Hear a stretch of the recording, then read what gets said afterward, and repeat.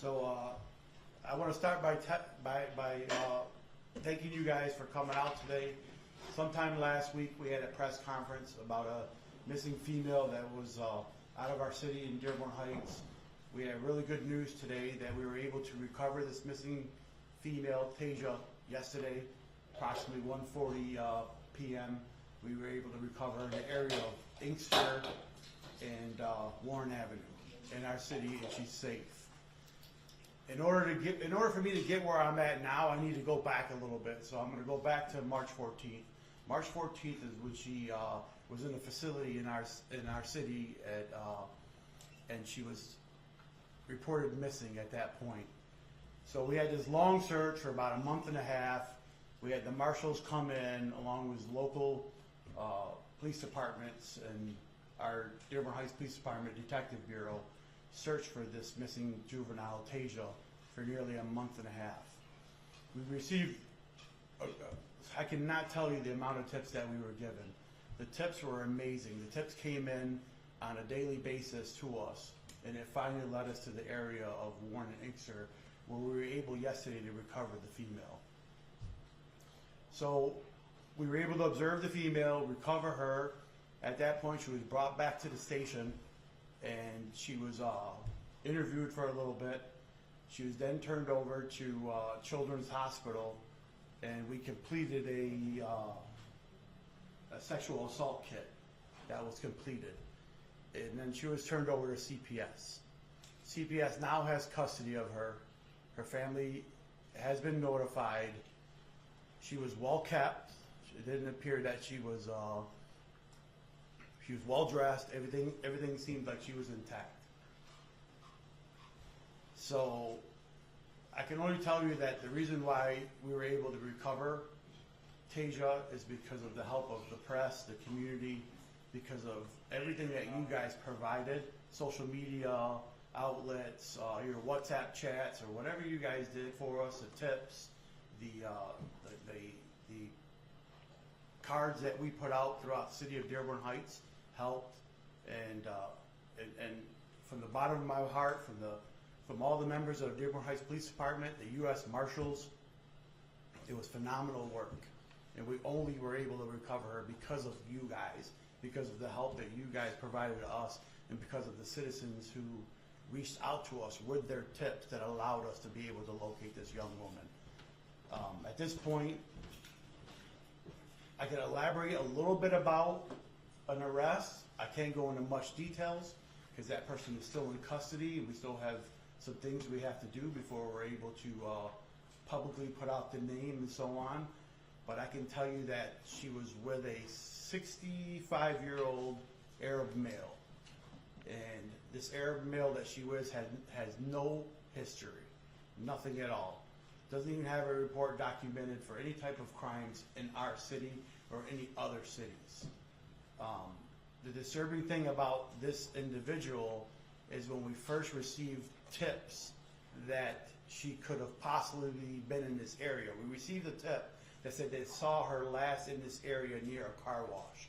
Our detectives from Dearborn Heights went out to that location in search for her, and were canvassing the area, interviewing different businesses and talking to different people and trying to find out had anybody seen Tasia.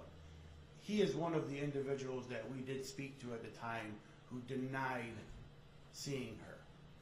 He denied seeing her, and he is one of the individuals that we spoke to that would not give us information on her whereabouts. I can tell you that she was with this individual since March 17th. And that's all I can tell you guys about him until we're able to get charges on him and until he's arraigned. I really can't tell you much more about him. So I open it up for Q&A, and I'll try to answer the questions as best as I can. Chief, you mentioned that there was some testing done on her. Yes. Can you? It's a sexual assault kit that was completed on her yesterday. We have not received the results yet. You used the term well kept. Has she indicated to you that there was any abusive activity beyond the kit and the results pending? Or how, if you can elaborate, she came in contact with this man and decided to stay with him, or was it against her will? Any context? From what we believe, she came in contact with this man as she was out roaming the streets. And I believe that this man provided a home and some financial means for her to stay within his premises. Is there, oh, go ahead. I was going to ask, would you classify it as abusive, meaning he opened his door to her? Was she in any way forced to stay there, coerced to stay there? Any idea? I don't believe she was forced to stay there. I believe this was a child in need that had nowhere to go, that was lost. She didn't have a telephone. She didn't have a cell phone. He provided her a cell phone to use, but he only allowed her to use it when he was present. If he would go to work, the phone would go with him. And it sounds like this man was not cooperative, clearly, and this is already a sexual assault and trafficking victim with a massive age difference. What kind of charges are you seeking, or what else can you tell us? Just because maybe he didn't force her to be there, was there a controlling nature to her being there?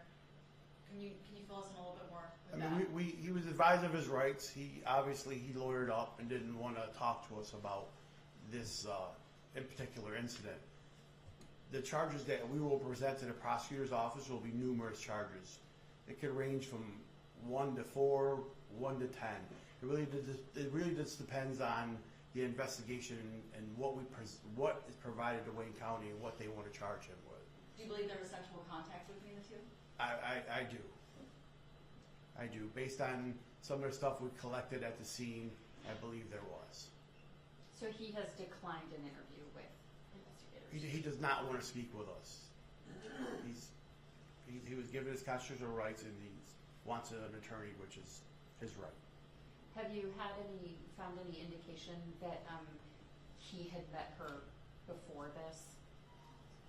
We know that on the 17th of March is when she was in his possession. But any indication whether she had met him before March 17th? We don't believe that.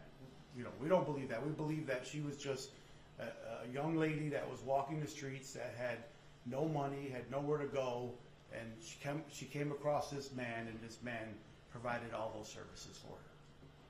So they met randomly? Yes. Because the tips that we were getting were putting her in that area. He happens to frequent that area. And again, forgive me, you said it, and it's where you believe they met on the 17th was where? It was Joy Road and Inkster Road.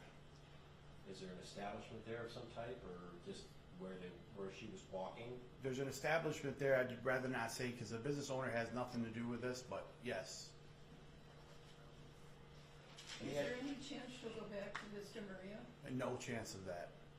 Yeah, my sergeant Sergeant Gondek was right here, and we've had a long conversation about that question you just asked, and we'll make sure that does not happen. Chief, do we know how she escaped from the facility in the first place, and if so, can you provide some detail on Well, that? the facility they advertise it's a locked facility.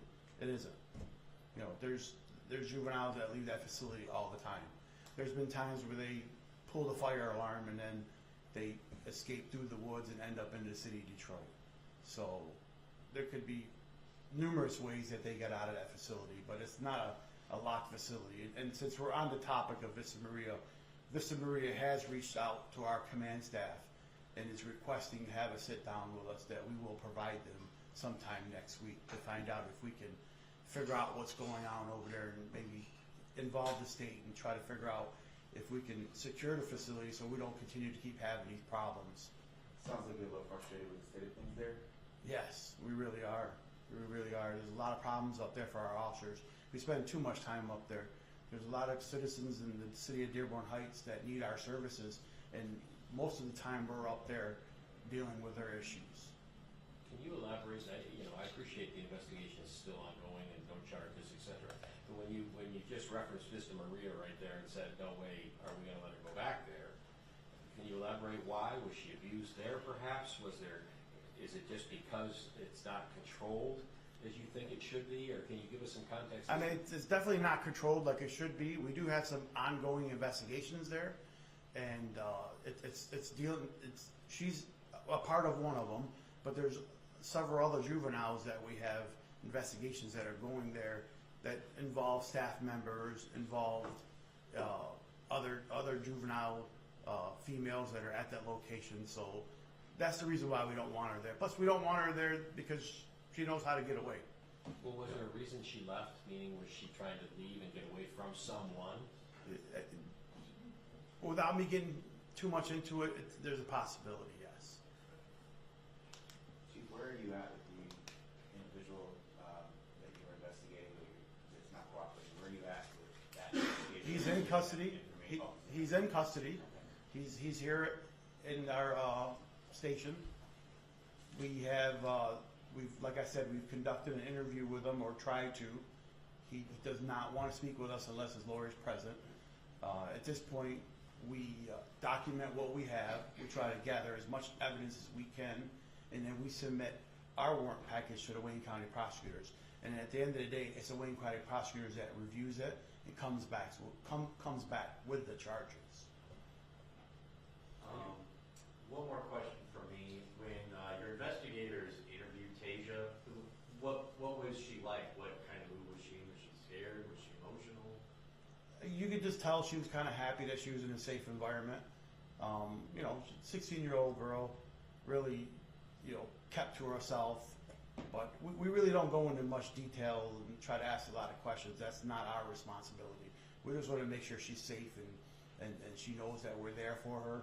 At that point, CPS will conduct the kids talk, and they'll do that. The professionals will take over that. Not saying that we're not professionals, but when it comes to kid talks, we're hands off on that.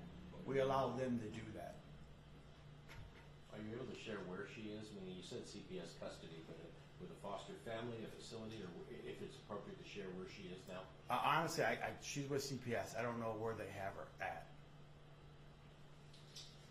I know at one point you guys hadn't heard or seen any social media activity, and I know there were fears that she may have been taken out of state, and she was heard to be involved with 2 other Johns. Have you learned anything else just speaking with her? Are there any other? That part we will get to. We're going to have a conversation with her about the 2 other Johns that she was with. We've identified one of the 2 already. So there's the first one that we haven't identified. And I think at some point we're going to be able to sit down, have a conversation with her, find out if some of this stuff was consensual or was it forced upon her. Are they older?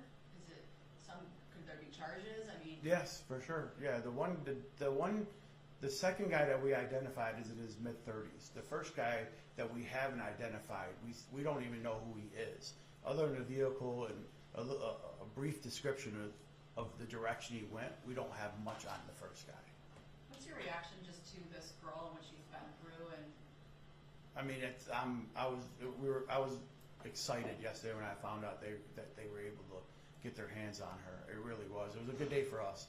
I mean, the Dearborn Heights Police Department has been working like it's 24/7 on this, along with the United States Marshals. Without the Marshals, there's no way we could have been able to do what we did yesterday. It was a team effort.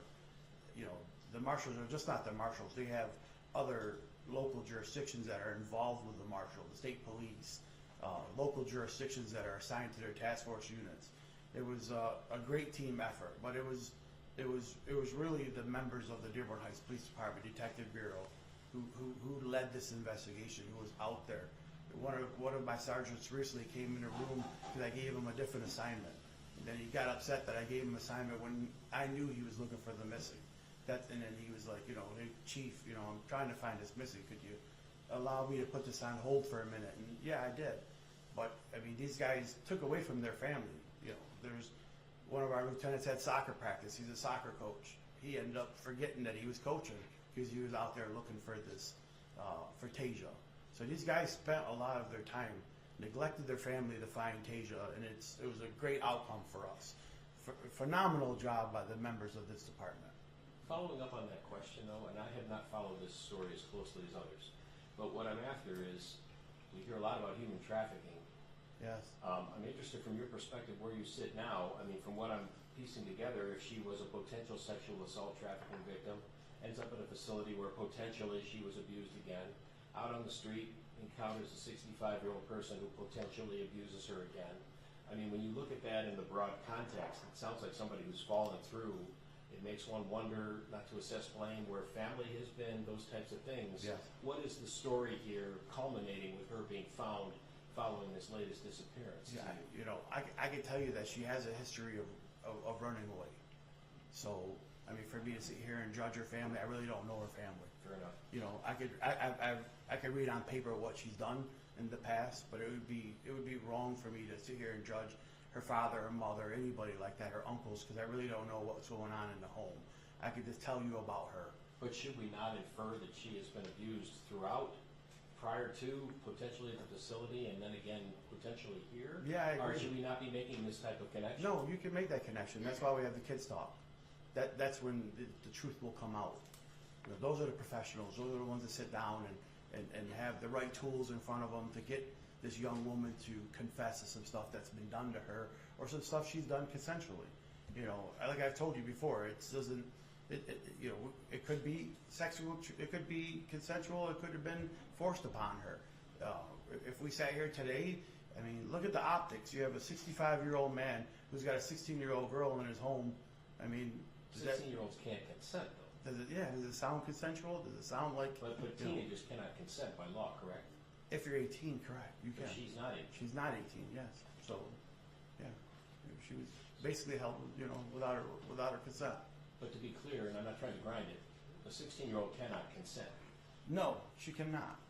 She cannot. But But I think what he's getting at is she's especially vulnerable being this sexual abuse victim, trafficking victim already. yes, but I've told you before. I told you at the last press conference.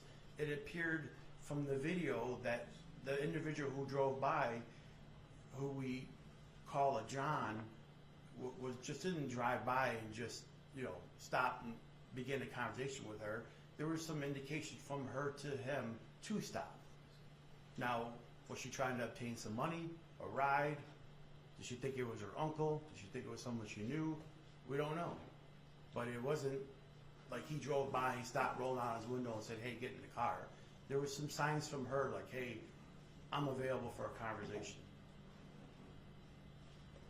Can you clarify when you found her, was there any option whether she had a choice to go with police or stay with this man, or by law are you required to take her out of that situation? No, by law, we're required to take her out of that situation. Did she have a choice to leave? I can tell you, based on the stuff that I've read the last couple of days, that I believe that she could have left, but I believe she was scared, and she didn't leave. One of the things that we did find at the home was a wish list that was written out by her, and some of the stuff that was written by her was that she wanted to move out of state, she wanted to buy a car, she wanted to get a job, and there was a person that was involved that might have been her boyfriend that she might have wanted to meet up with again. So she had a wish list. She was writing things down. It wasn't like she was tied up in the basement and anything like that. She was free to roam the house. You know, there's times where they went out in public, got in the car together, drove to Myers, drove to a restaurant to eat. So she's, you know, it's hard because you sit here and wonder, like, we've been looking for you for almost 3 weeks. You know, you had a phone, you never reached out. What was promised to you? What was she scared of? You know, why wouldn't she reach out to us? And that's the stuff that we will find out. Thanks, Chief. Appreciate you. Thank you.